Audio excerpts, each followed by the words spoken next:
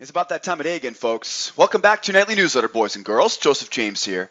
Monday evening, February 29th, 2016, wrapping up the month of February, and onward and upward we go to that third very, very important month of the year 2016. We have another exciting jam-packed newsletter in store for you guys tonight. We're covering crude oil, S&P, gold, and euro. Tonight we got crude oil bullish after a trap low from last Friday. Directly went into a spike in channel today on the oil market, which tells us buyers are hunting for the previous high of day tomorrow. We're looking at some very easy targets waiting for us overhead, but we got some critical things over the next few hours here on oil.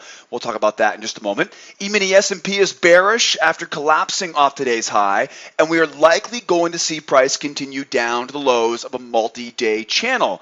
But wise traders will be careful at these lows right now. We got a couple reasons why. Going into Super Tuesday tomorrow, there might be a few more reasons we'll talk about in a moment. On the gold, the yellow metal is bullish but trading at the highs of a channel this evening, which tells us to stay patient to look for a bear trap at channel lows for the most reliable opportunities tomorrow. Got a really good plan for gold here this night, right? For you guys tonight, for tomorrow, of course. And of course, the euro. The euro is bearish with a spike in channel this evening, which tells us to look for selling opportunities after a correction back to resistance levels overhead for tomorrow. We got crude, E-mini S&P, gold, and euro on the docket for tonight. Before we get into charts tonight, though, I do want to remind you the only place to watch the full-length version of this nightly newsletter is on our trading blog here at sidewaysmarkets.com. If you're watching our video right now on the YouTube channel, it is only a small snippet of our full-length version of this nightly newsletter. There's a link in the description of the YouTube video that'll take you over here to sidewaysmarkets.com. While you're here, grab a free pass, come out and test drive our live trade room in the upper left-hand corner. In the lower left-hand corner, you can register as a member of our nightly newsletter mailing list. You'll never have to worry about missing the newsletter ever again. I'll send you an email every evening about 7 o'clock Eastern Time, right when that newsletter is ready to go. Right below the video, you can download all the charts that you'll see me using in tonight's video. So all the charts you see me using in tonight's video, follow that link below the video, and you can download all those charts, have them ready for your own computer tomorrow. On the right-hand side, you can join as a trial member, not to be confused with our free pass. Our free pass will let you in the back door of our live trade room, right, as a guest. The trial, of course, will teach you more about the strategies that we have here at School of Trade. You can learn all about what it means to be a member, and please don't forget, I've always got someone standing by 24/7, 365 to give you guys a hand. Questions about brokers, charts, data, trading strategies, membership, trial, whatever it is, grab your live support on the right-hand side and ask questions. No question too big or too small. Jumping into this tonight, though, let's first start out with our calendar for tomorrow. First of all, it's not showing up on the economic calendar, but tomorrow is Super Tuesday. What is it, 11, 12 different states, all the way up and down from east to west of the United States. Tomorrow's Super Tuesday. This is an election year.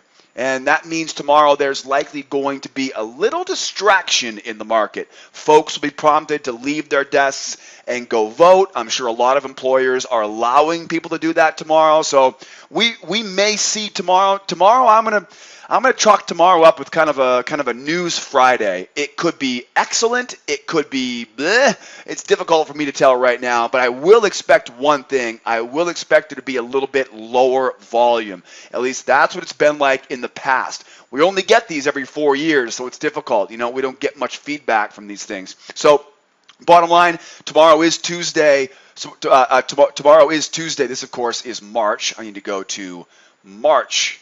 There we go. Now we're looking good. Tuesday, March 1st. Get my act together over here.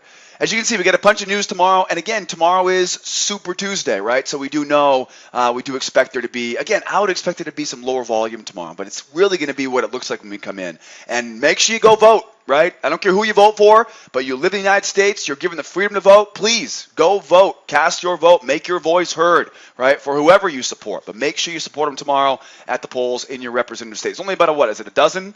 11, 12 different states? Okay. You guys have Google somewhere on your internet, right? So go out there and consult with Google. I'm sure you can find some more information there. For the rest of us, though, here, who are not going to be voting tomorrow, I'm here in Los Angeles, so, of course, nothing for me until a few more months from now. The bottom line, though, is we have news tomorrow, 9:45 9:45, and 10 o'clock, right? Make sure you check that calendar. Tuesday, March 1st, or as they say, Super Tuesday. We have 9:45 a.m., 10 o'clock news. I'm going to set a 5-minute reminder for this, so make sure you're aware. 5 minutes before, sit on hands. If you're a new trader, definitely wait 5 minutes after the news comes out. If you got some experience, though, you can usually time it, once that price action starts calming down after that news. The major news tomorrow, of course, is at 10 a.m., right? Everything else is kind of, some minor news tomorrow morning. And ISM manufacturing has been on our radar. Pathetic manufacturing reports that came out today. So we'll see what tomorrow has to offer as well. You know when the news is. You know to make sure to vote tomorrow. And you know if it's really slow tomorrow, you know why, right? Now, I know we don't really care why. If it's slow, we're going to see it, and we're going to stay patient. We'll be trading all this stuff tomorrow morning live in real time in our trade room. Come out and join us. Now that you know the calendar, right, for tomorrow, now you're ready for that 9:45 news, that 10 a.m. news, right? And don't forget to ask the boss, or make sure you borrow the car, or whatever it is you got to do to get to vote tomorrow. Make sure your voice is heard. Now let's jump into our charts. Starting with crude, we'll go crude, S&P, gold, and we'll wrap it up with the euro this evening. Now, crude oil is bullish after a trap low from last Friday went directly into a spike in channel today, which tells us these buyers are hunting for that previous high of day tomorrow. We have a trap low from last Friday, a bull spike in channel, a trading range, and a handful of measured moves to work with tonight. First of all, the trap low, right, in that lower left-hand corner, that trap low is a big clue that tells us the buyers will likely be hunting for the high of the range, which is up at 34.70. The spike in channel tells us to look for buying opportunities at the lows of the channel, as well as a correction to the base of the channel. The trading range tells us that we recently had a bear trap at the lows, so price should try to push through the highs. And the measured moves, plural, there are a few of them on here, the measured moves give us easy resistance areas overhead that we'll be using for targets. Quite a bit to talk about on this chart here this evening. Let's start first with that trap low. Now, I want to zoom out a little bit here, and I want you to look at this. This is a really important clue. You'll notice where we ended up on Friday, right? There's last Friday. There's last Friday's session, and then we opened up, of course, Sunday night, right, at 6 p.m. Eastern time, and then Monday started shortly thereafter. Bottom line is, there's Friday's low, right? That's the previous low of day. And look what happens. And we actually see this quite a bit today. You're going to see that a lot tonight in the newsletter. You'll notice, right, we run lower, and then just as immediately after we push lower, we immediately close right back up, and we just take off to the upside in a spiking channel. Okay, this is what we call a trap low. Here's what you want to be thinking. Price is going up, right, pulls back into a range, right? You know it's bullish, right? You know it's bullish because the market's pushing higher. Find that range. A trap low is just an easy way to force the buyers to get back in, right, that are trying to hold that move, because, right now, buyers will have their stops down here, right? So stops are sitting right here, hanging out below that low. A trap low is going to run out all those buyers, right, make them sell their way out of their trade, right? What it does is it rings out all the weak stops. And what I mean by that is all the short-term, kind of small account buyers, they got to keep their stop nice and tight. They can't afford to keep averaging in, right? So it runs the weak stops.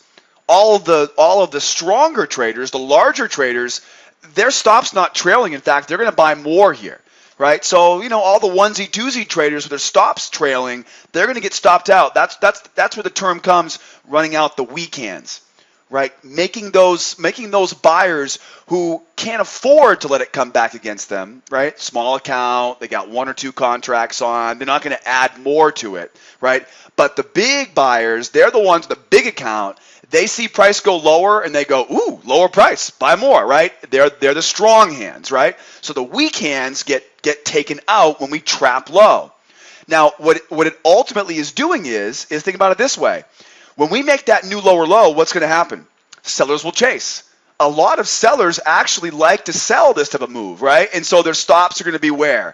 Their stops will be hanging out right here. And this, of course, is an easy way to fill a large buy order, is to buy into the stops of the sellers, because it's easy now for it to run higher, right? So it runs the weak hands, right? The trap low runs out the weak hands, right? The weak buyers. It traps the sellers trying to chase that move lower. It allows the big buyers to add to their position. And then, here's the kicker, it makes the weak buyers chase now, right? So you get the buyers buying, the sellers buying, the weak buyers are buying, the strong buyers are buying. That's the value of a trap low, okay? Did I mention there's a lot of value there? Yeah, like I said, it's a big deal, right? It's a big deal. And when it starts out at the beginning of the session, what do we call this if you're a student of mine? We call it a rotational environment, right? It moves lower and then almost as if on a string, it runs out all those sellers. And what happens is it's such a strong move, it catches all the sellers off guard and then they never get a chance. Look, higher or low, higher or low, higher or low, higher or low. They don't get a chance to get back in. Well, what's going to happen in this situation is the sellers get their head taken off. It runs right through the highs, never gives them a chance to keep trading, and they go, oh, I got to buy, I guess, right? So the sellers start buying too.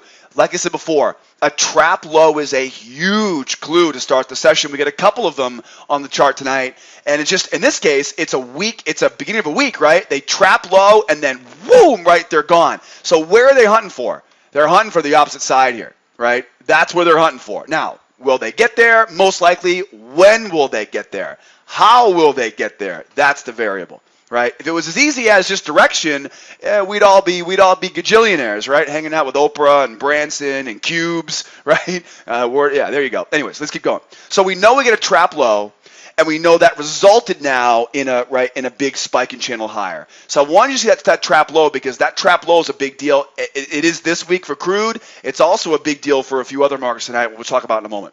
Second thing here. So trap low tells us expect price to go back to the high. Okay? Big deal. Again, when you see a trap low, you're running out the weak buyers. You're forcing the buyers to chase. And then, of course, now the sellers are buying, right? The buyers are buying and the sellers are buying, right? Because the sellers, they're clearly convinced, right? They had to have been, or else price wouldn't have gone into a spiking channel. Next up, spiking channel. What do we know about a spiking channel? First of all, follow the direction of the spike. Let's talk about this. A couple of these today as well.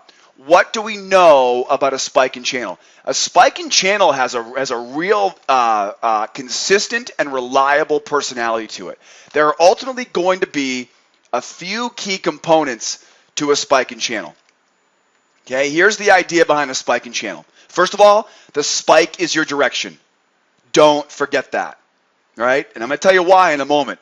The next step, the next piece of this puzzle is what I call the lazy channel. Right? You know that little theme park in the summertime, right? The lazy river? Yeah, this is the lazy channel.